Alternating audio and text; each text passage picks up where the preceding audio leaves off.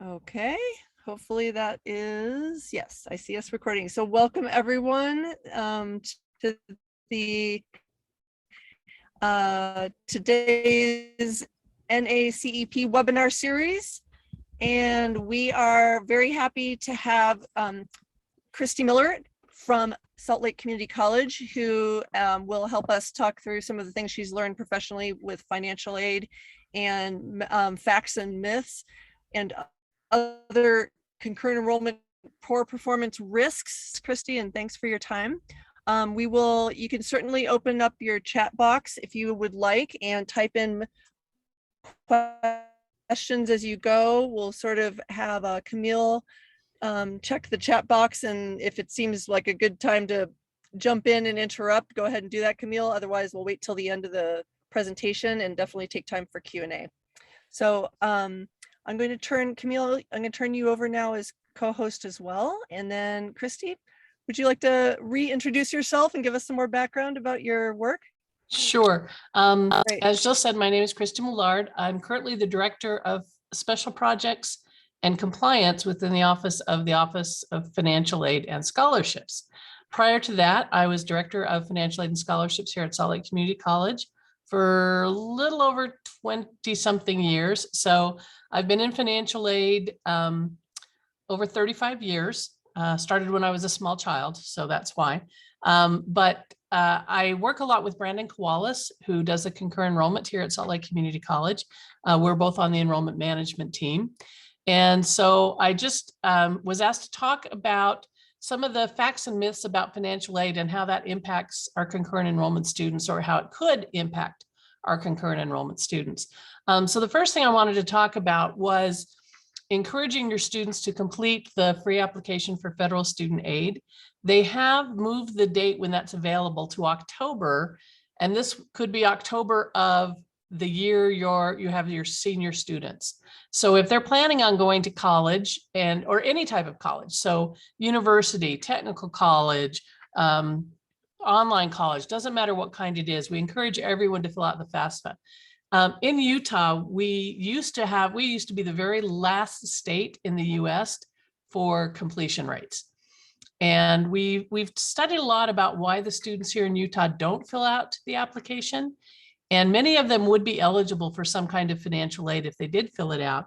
But a lot of them think that if I fill this out, I have to take student loans. And that's totally untrue.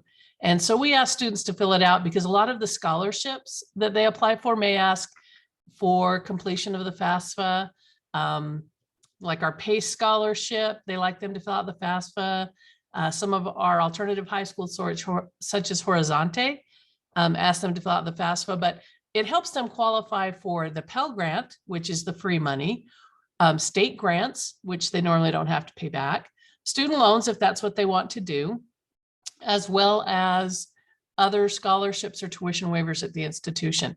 So the biggest myth that I've heard from high school students is, well, if I fill out the FAFSA, they'll make me take a loan.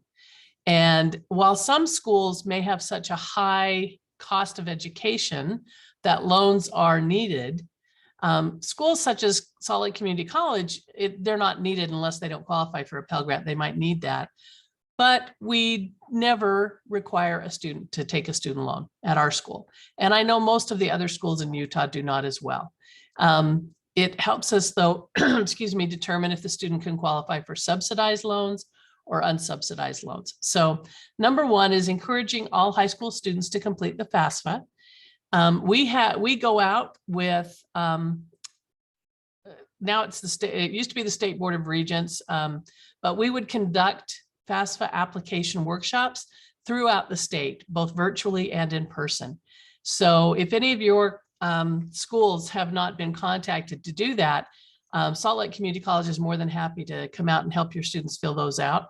I've gone out very often to even just run through the FAFSA with the parents to say, this is how you fill it out. And so we would love to come help your students do that. One of the biggest things after talking to Brandon that really affect concurrent enrollment students is the satisfactory progress requirements at the institution. And so we have students sometimes who come in have taken only 1 or 2 classes through concurrent enrollment and didn't do very well. Sometimes they failed it, sometimes they got like a C- or a D, and they come into the institution and they're already in a warning status or a probationary status because their GPA is too low. So basically, to get financial aid, the requirement is a 2.0 if you have taken college classes. But there are times when the student can appeal that. So let's say they come in and they have a 1.7 and they go fall and they do really well, then they're back in good standing. Well, what if they don't do well? You know, it's their first semester of college, they're not used to everything. And so most of the schools have an appeal process available so they can explain what happened and perhaps be able to get an additional semester or term to do well and continue to get financial aid. So satisfactory progress is a big issue for a lot of our concurrent enrollment students, just because they may not have done as well as they had hoped in their concurrent enrollment classes. Another fallacy, a lot of students think, well, I can't get financial aid of any kind, so I'm not even going to try. And this kind of goes back to filling out the FAFSA. We really want them to try, because if you read or have seen some of the news reports, they say all this money goes unused by students. Well, it's because the students haven't applied for it. We have probably about, I would say, 45% of our students on Pell Grants. And to me, that should be a lot higher for a community college. If they attend a Salt Lake Community College, obviously I always push our college, but the Pell Grant, if they qualify for a Pell Grant, is over $6,000 a year, which at Salt Lake Community pays all of their tuition and fees for each semester if they're going full-time, plus it gives them additional money. And so we really encourage them to do that. Let's see, I kind of wrote down some of the things. Another thing some of the students are very confused about is what types of financial aid can they qualify for? And we always tell the students, we want them to try to get the Pell Grant first. That's the grant where they don't have to pay it back as long as they complete their classes every term. And as I said, that's a little over $6,000 a year. But at most of the state schools, we also get a supplemental grant through the federal government that it can help students who are Pell eligible, give them a little bit more money. And so they're automatically considered for that. They don't have to fill out a separate application. At Salt Lake Community College and at most of the other schools, they also have some institutional grants. And for us, those institutional grants do not have to be applied for. We automatically consider those students when we're awarding their financial aid. There's also student loans, as I said before, but that again is totally up to the student. A lot of them say, well, I can't take out a student loan. I don't have any credit history. You know, I wouldn't qualify. Some of you may have taken out student loans, and so you know there is not a requirement to have a credit report drawn on these students. They don't have to have anything to back up their ability to take the student loan. They are going to pay it back when they complete their education. So we always try to encourage students to borrow as little as possible, especially at the beginning, especially if they don't need a lot of money. Student loans should be used to pay for their education, not to pay for for their living style. So some students may really need it to pay their rent or transportation or whatever it might be. But other students may think, oh, well, you know, if I do this, I can buy this and I can buy this and I can buy that. That's true, you can. We're not going to come back and ask you, what did you use your student loan for? But we don't want them to borrow a lot when they're at the community college level, because we want them to keep their borrowing down as much as possible. Now, just to give you an idea, the state of Utah has the lowest default rate in the United States, which means we have more students paying back their loans than any other state in the union, which is great. And most of our students, when they graduate, end up with the average amount borrowed is $24,000. So we do pretty well in Utah, encouraging our students to try to find other ways to fund their education. Scholarships. Students who are concurrent enrollment students, we do try to encourage them to start applying for scholarships during their senior year. That is definitely the best time. We don't want them to wait too long and miss out. Most schools in Utah have some type of scholarship platform, so the student can go in, fill out the application, and several of them, I know ours, Utah Valley, I believe, Utah State, University of Utah. They will, sorry, my husband's doing a webinar at the same time I am, so this is fun.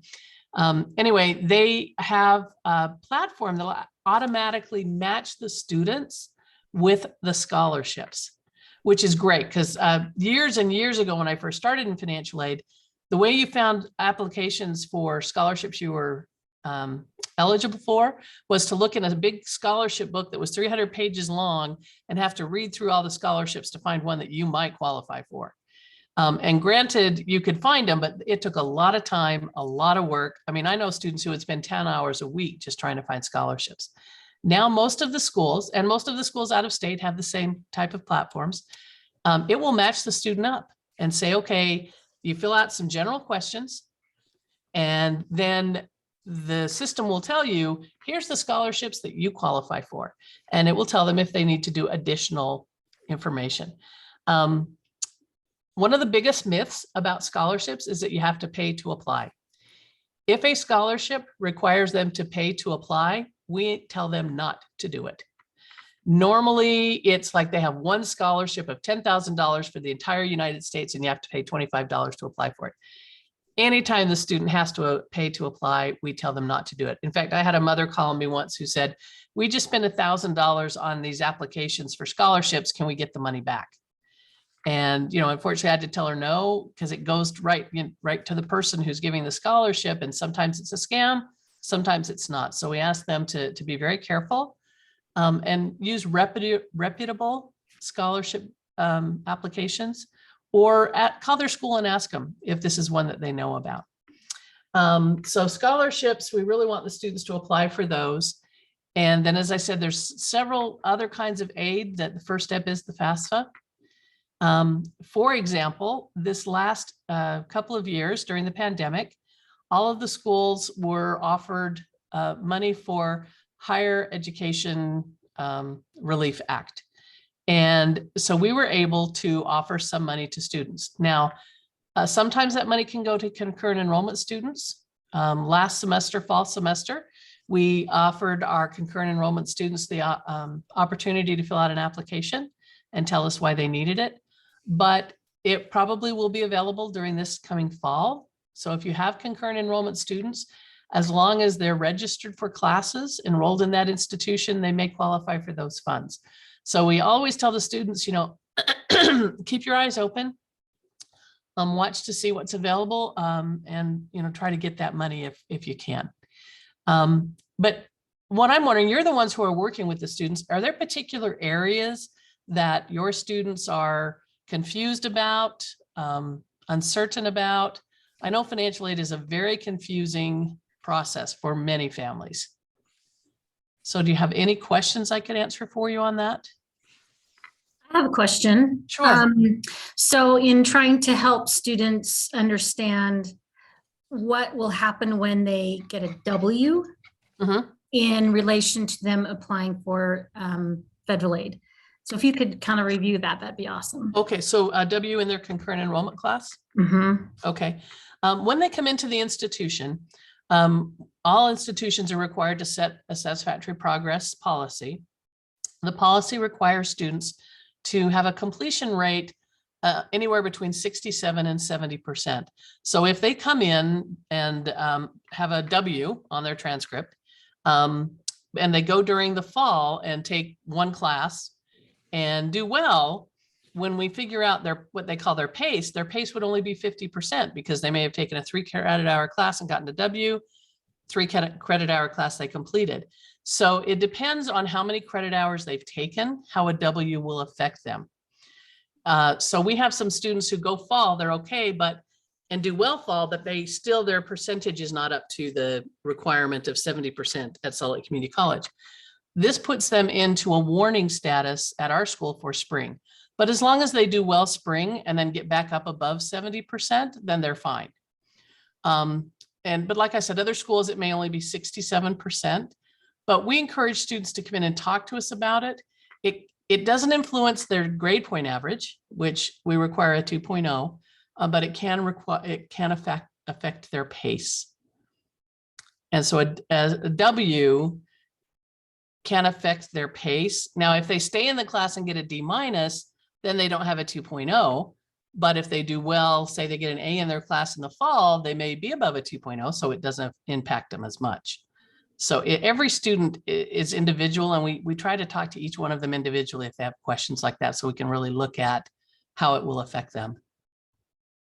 That's great. I know most of us are telling students, withdraw instead of getting an F.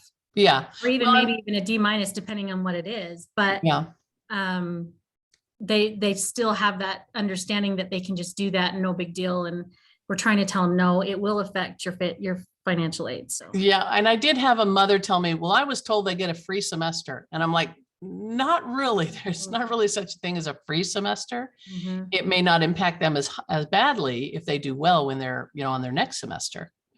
Okay. And then there's other students who they're taking 8 or 9 hours through concurrent enrollment and they get a W in one class, but get Bs in the other 2 classes.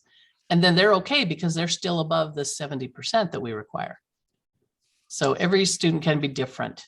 Okay. And that's why you as high school, at the high school level, would have to talk to them about it. If the student thinks, well, I think I can get a C minus. Yeah, it's not quite a 2.0, but it may not hurt them as badly if they do well the next semester. So Right. like That I said, makes every sense. student is different. Mhm. And of course, you all know that. You work with them every day. Yeah, yeah. Julie Bagley asked the same question. So Julie, did that answer your question? I'm sorry, I had someone walk in on me and ask a thing. So what I was wondering about is how does the W affect financial aid? And did that just get answered? Yeah, but I can repeat it for you if you'd like. So, I'm sorry. oh, not a problem. So on the W affects what's called their PACE. Right. So to get financial aid at the college level, you have to be between 67 and 70% completion rate. Okay. And that's based on the total number of hours you take. So if a student comes into our college with a W on their transcript already, and that's if they take their concurrent at Salt Lake, then it may put them into a warning status for the spring semester. So they go fall's okay. They do well fall, but they still aren't at the 70% we require. Then they may have a warning status during the spring, but as long as they do well, finish all their classes, get a good grade point average, they may then go above the 70%. And like I said, every student is different. Some students, it may be worth it for them to stay in the class and take the get a better grade, or take it a second time and get a better grade. And then if they are taking their concurrent enrollment classes, so for example, most of the students who come to Salt Lake Community College have already taken concurrent enrollment classes at Salt Lake Community College. But we have others that come in taking concurrent enrollment at Weber State or through Utah State, I think offers concurrent enrollment. When they come in, those classes come in as a transfer. And if it's a W, we don't transfer in Ws at SLCC. So it would not impact them at all if they took their concurrent enrollment class at a different institution. But that's just our policy. We don't transfer in grades, we just transfer in credit hours. Other institutions may transfer in the grades as well. And so the W could impact the student at those schools. Hope that makes sense. That's very helpful. And I did not know that you didn't transfer the W's. So the W at now, the kids would want to find out what that place that they're going, what their policy is. Right. And here's the other question kids have asked me, and I'm not sure I always give the wisest answer. Okay. What if I have a W and I have another grade from that other institution? Can I just not transfer the credits and it will be like it went away? So is it for the same class? No, just say they're going to come to Salt Lake Community College, but they've got 2 different classes at Weber. One was they got a grade in, the other they got a W. If they just forfeit the work that they did, never transfer it over, it will never be a part of their GPA. That's true. Well, like You're I said, not supposed to do that, right? Yeah, for Salt Lake, we don't transfer in grades. We just transfer in credit hours. Okay. So I always encourage students, if you've taken classes and completed them successfully, you want to transfer those in because then you don't have to take the class again. You don't want to pay to take a class that you took for a minimal amount as a concurrent enrollment class and you succeeded in the class. So they can always talk to their admissions counselors who know about how grades are transferred in, how classes are transferred in. But I would encourage them to talk to the admissions people before they make that kind of a decision. Because I have had some students who said, oh, well, I already took that class, but we never got a copy of it because they never turned in a transcript to have that evaluated. Okay, thank you. Sure. Well, and I think that that's really important for them to check with their admissions wherever they end up going, because Yes. I think some of the universities require that any credits that have been earned as CE credits have to be transferred to their. Right. So- Same thing with AP classes, Mhm. IB classes, so there's quite a few different kinds of classes that really should be transferred in and can only help the student. So if they've, taken quite a few concurrent enrollment classes, we want to make sure they transfer in all of those that they could, because they could, graduate a semester or 2 semesters early. I've seen some of our students who have enough concurrent enrollment that they can almost, be done with their associate's degree in a year. And so we really encourage them to do that. But again, each college they go to, they should talk to their admissions counselors.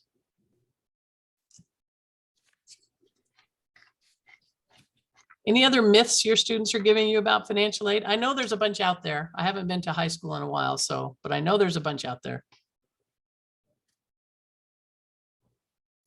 So hopefully you can answer this question for me. We always have a lot of parents that have the idea that if students take concurrent enrollment, then they don't qualify for financial aid after high school because the credits are all used up. Can you? Okay, I understand that question. where We've that- had that okay. before too.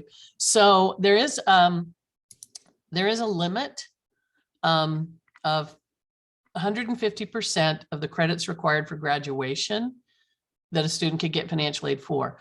But taking them in high school does not mean they can't get any financial aid. There's no student that will have finished, 120 hours that are required for a bachelor's degree.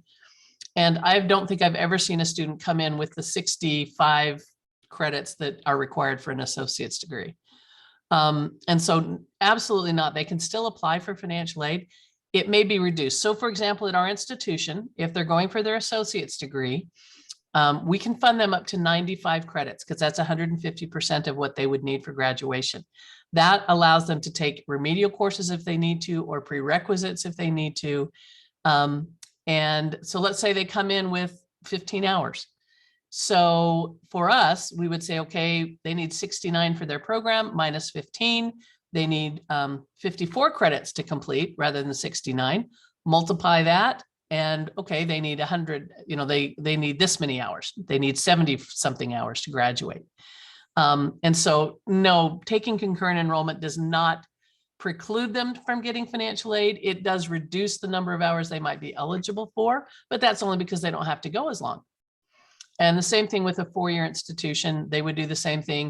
120 credits are required, but we can fund up to 180 because that's 150% and then go from there. So yeah, tell them to please apply anyway. You're right. I've had students ask that question before. Well, parents ask that question before. Okay, so then if I can ask a follow-up question, if that would be okay. So what if we have a student who wants to receive 2 different associate's degrees? Are they only allowed to have 95 credits for both degrees to be funded by financial aid? Good question. It depends on the school. Unfortunately, it depends is the answer for financial aid a lot of times. Some schools do not allow double majors. For example, at Salt Lake Community College, we don't do double majors.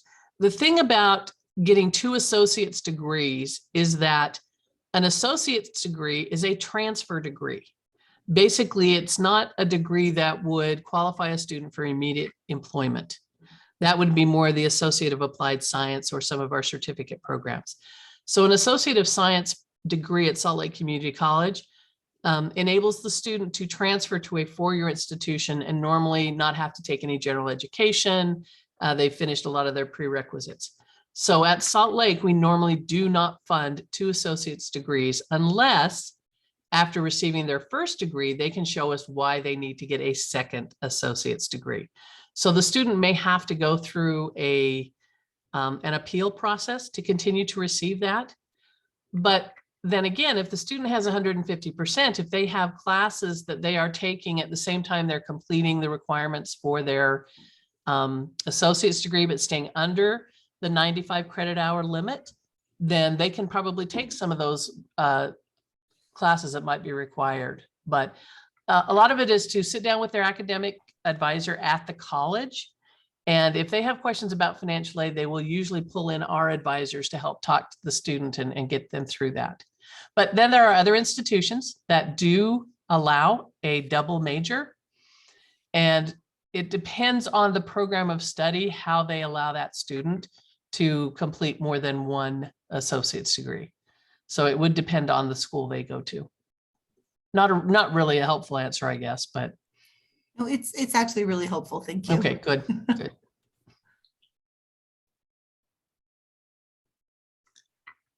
Anyone else? I wanted to leave more time for questions because I realize that you're the ones who are meeting with the students and get those bizarre questions that are just some that you can't quite explain.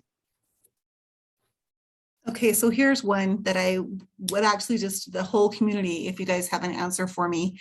I have a student that he will not apply for financial aid because I guess he has paranoia issues of his identity being stolen and stuff, or his parents do. Do you guys have any like helpful tips on how to help a student like that?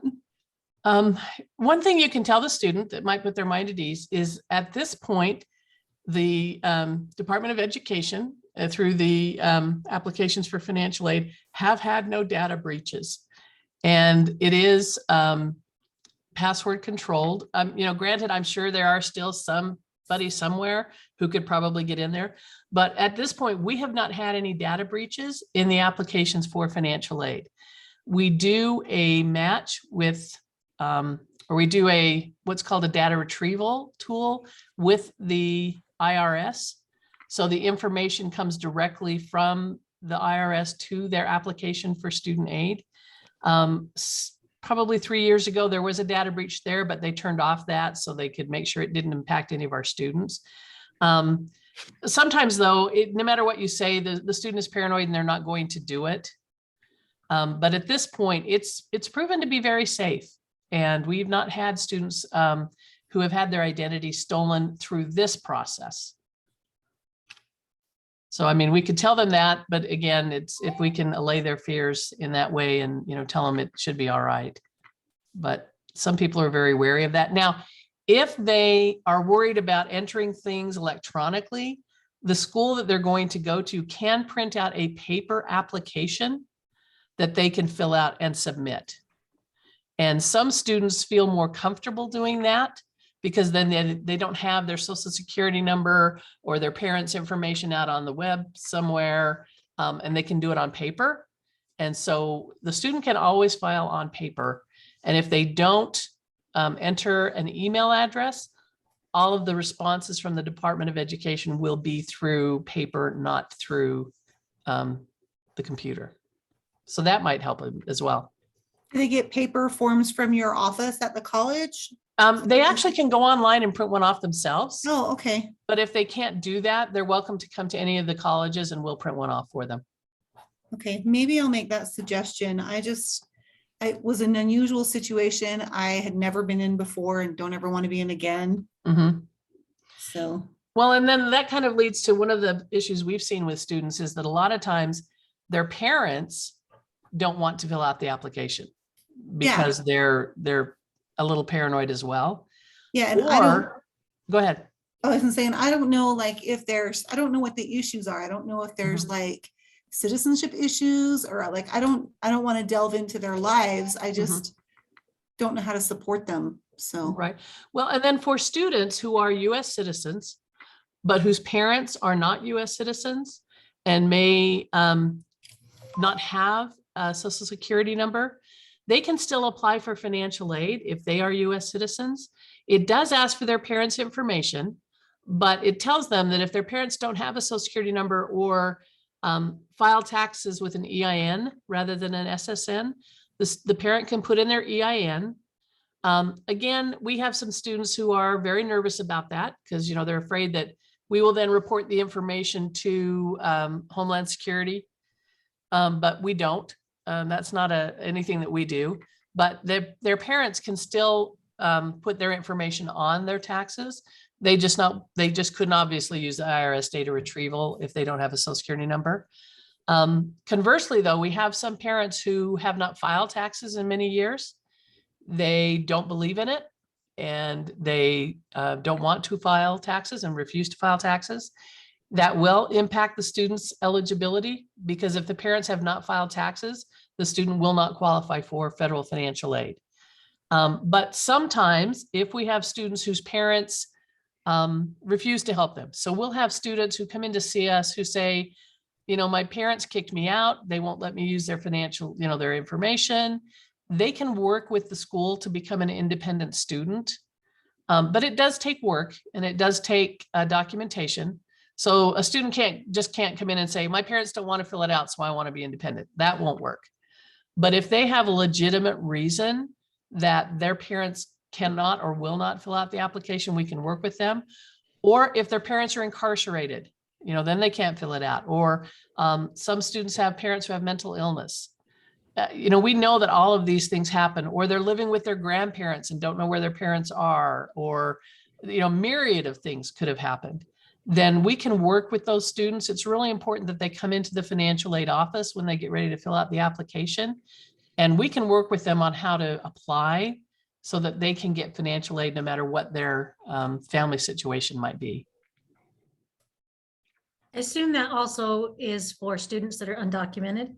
Okay, for undocumented students, at this point, they cannot apply for federal financial aid. Okay. However, there are still some scholarships that require them to fill out the FAFSA. So they would fill it out, but they wouldn't have a Social Security number to put in there. So it might be rejected, but then they can take the results, the income information, and give it to whoever they're applying for financial aid. But that being said, and depending on how Congress does things, there is a push right now in Congress that DACA students, not just undocumented, but DACA students can apply for and qualify for federal financial aid.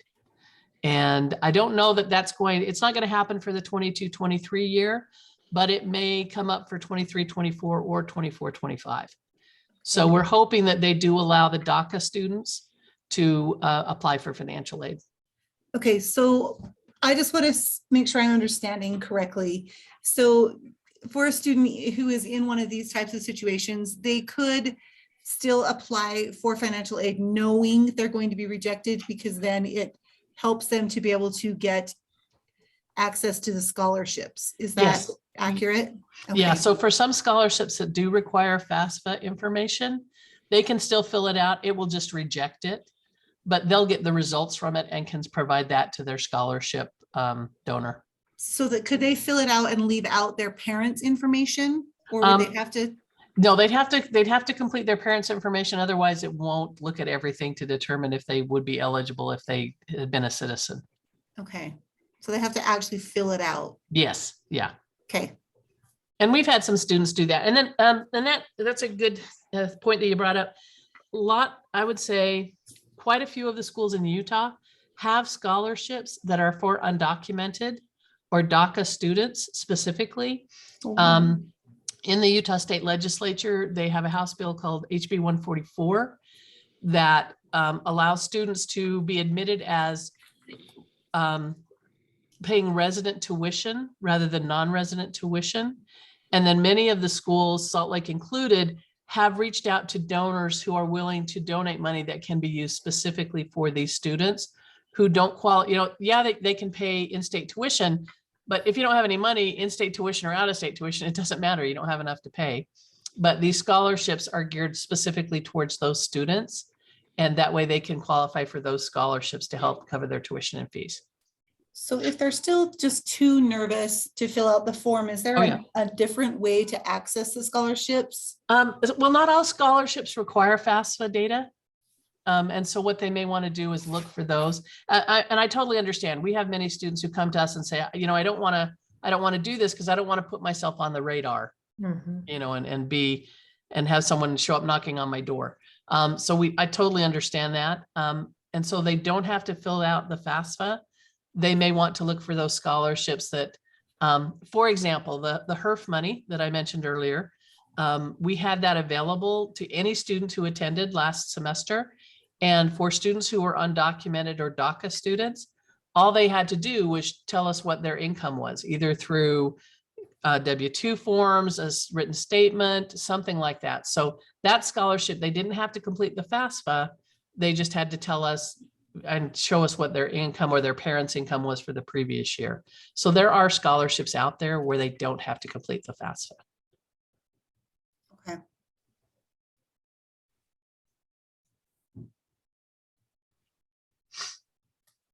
Anyone else? Any question you want to ask? Is there a minimum, and I guess I know the answer, there is a minimum GPA to qualify for financial aid, right? Not if it's their first semester, if they've never taken a class. Well, for your students, they're all concurrent enrollment. They have to have at least a 2.0. So a C or better. And the other thing, I mean, your students have probably learned this, but one issue we have with a lot of our high school seniors is when they're registering for their classes, they're not sure how many credit hours to take. And so they're thinking if they take, 12 credits, that means they're going to be in class 12 hours a day. And so that's one of the things we always try to educate them about is 12 credit hours means you're in class 12 hours a week, which is a lot less hours than you're currently in class. Hopefully your concurrent enrollment students have learned that, but sometimes they don't realize that because they haven't taken a full load and they don't know what that is. So that's one of the myths we have with some of our incoming freshmen is they think, they'll register for 6 hours because they only want to be in class 6 hours a day. It's like, okay, you're only in class 6 hours a week. The other thing we try to tell them with college classes is for every credit hour they're in class, they can count on an hour and a half to 2 hours outside of class for study, depending on, how good they are at that subject. So if they're in a 3 credit hour class, it can be anywhere from 4 to 6 hours a week outside of class studying. And so that's always good to help them. We do have some learning enrichment courses. They're not required, but there's one about, basically about getting started as a student. And we encourage you to ask, let your students know that this is something they may want to take. How are you? And they may want to take that class and Cold out there. it'll tell them a lot about going to class, being a student and in college and kind of get them used to that.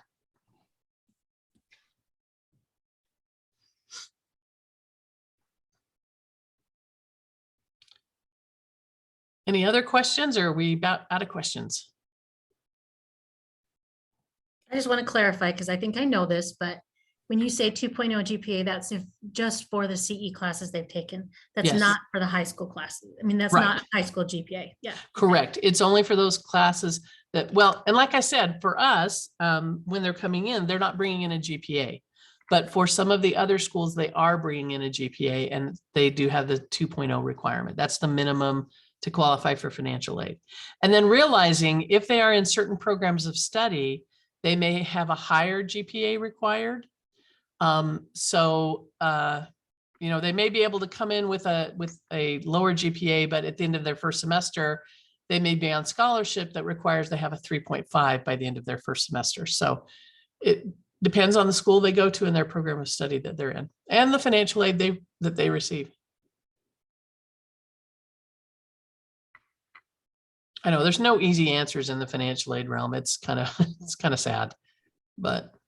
Well, this has been very helpful for all your answers. So. Okay. I have one more question, but it's more of a clarification about the rate. Sure. So if they are below the 70%, Mhm. I can't remember, are they on probation or?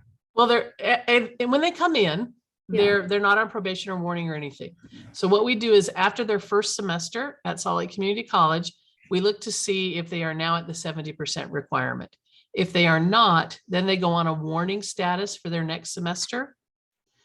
And then if at the end of that semester, they're still below 70%, they would have to appeal and explain what's going on and what plans they've made to do better.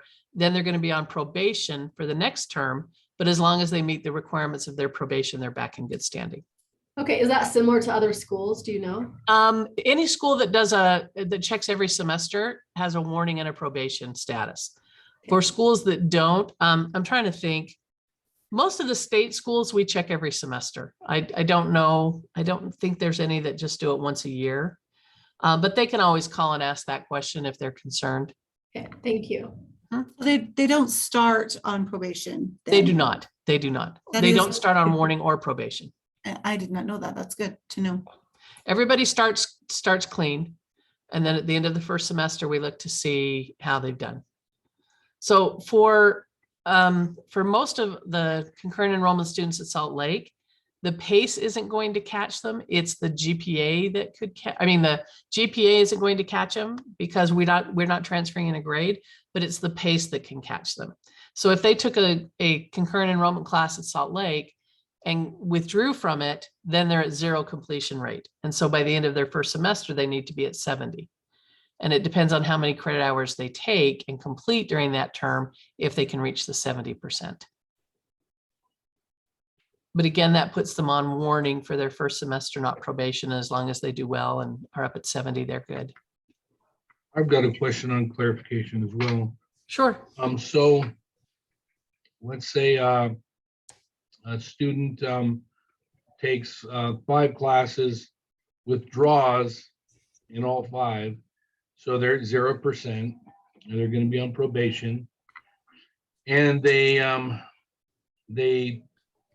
take some more, they come back in the next semester and they retake all 5 of those classes and they pass them.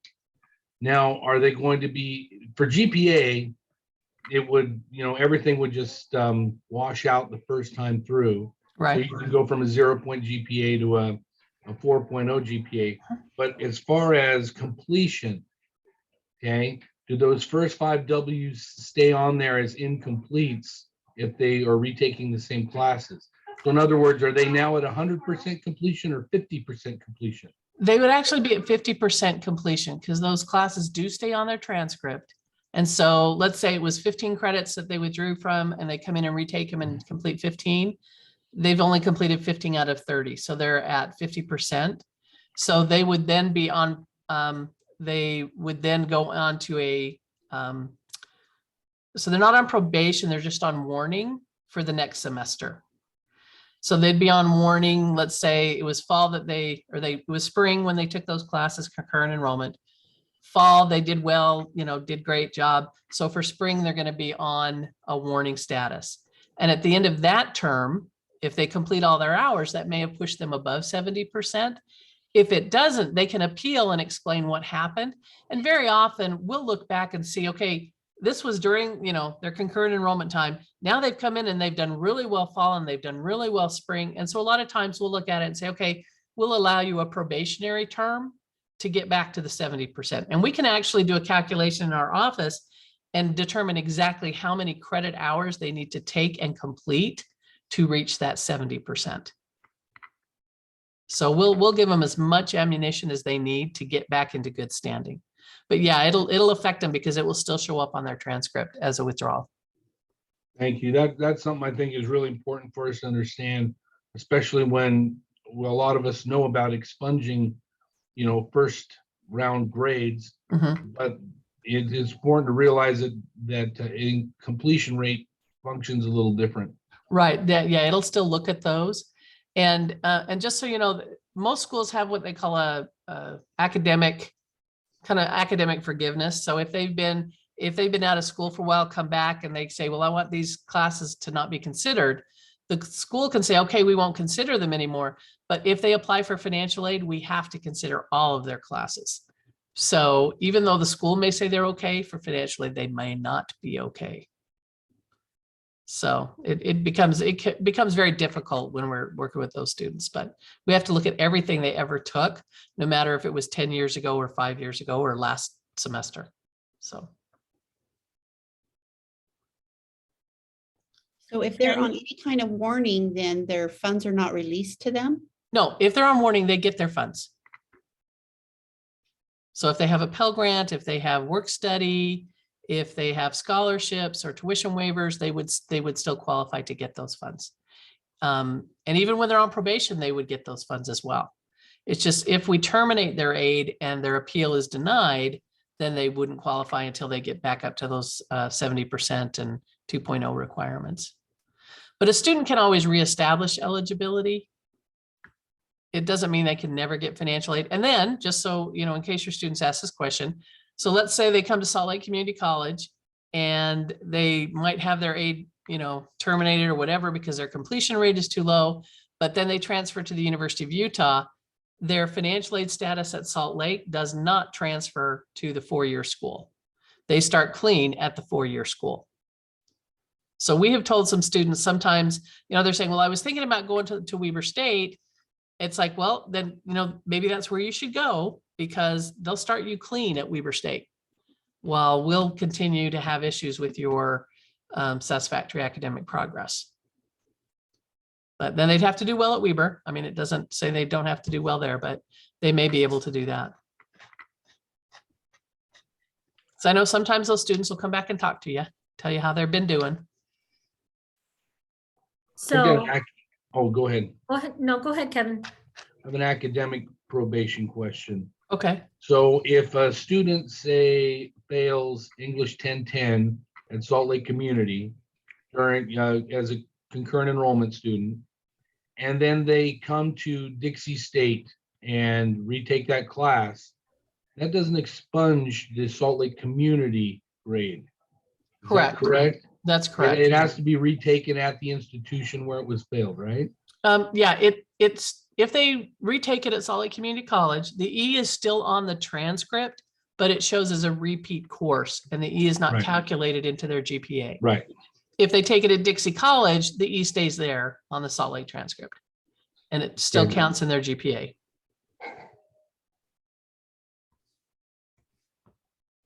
Don't we love higher education? It can get so confusing. So I have to tell you that one of the things I think you've clarified for me is I think I always thought that the financial aid was determined by a federal organization. And now I'm understanding that it's determined by every individual school. Yeah, well, what they do is they give us the minimums. The federal government gives us the minimums and schools can go with the minimum or they can go higher than the minimums. So 2.0 is the minimum GPA requirements for satisfactory progress, and that is mandated through Congress. The percentage completion rate is a minimum of 67%. At Salt Lake Community College, we require 70%, but that has not seemed to be an issue. What we have to do is look at if they are completing 70% of their courses, can they graduate within the maximum time frame which we allow, which is 150%. So that's how schools have to calculate that.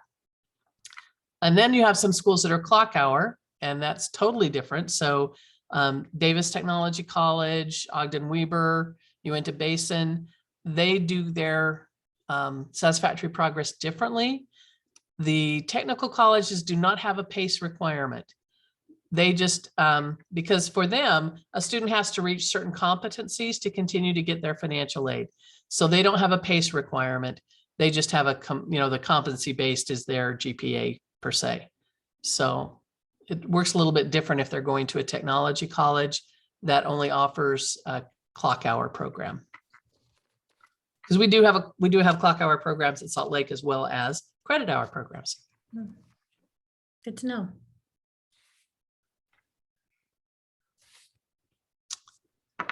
Well, let me leave you with my email address. Because I don't know about you, but after I go to a webinar, like a day later, I have questions.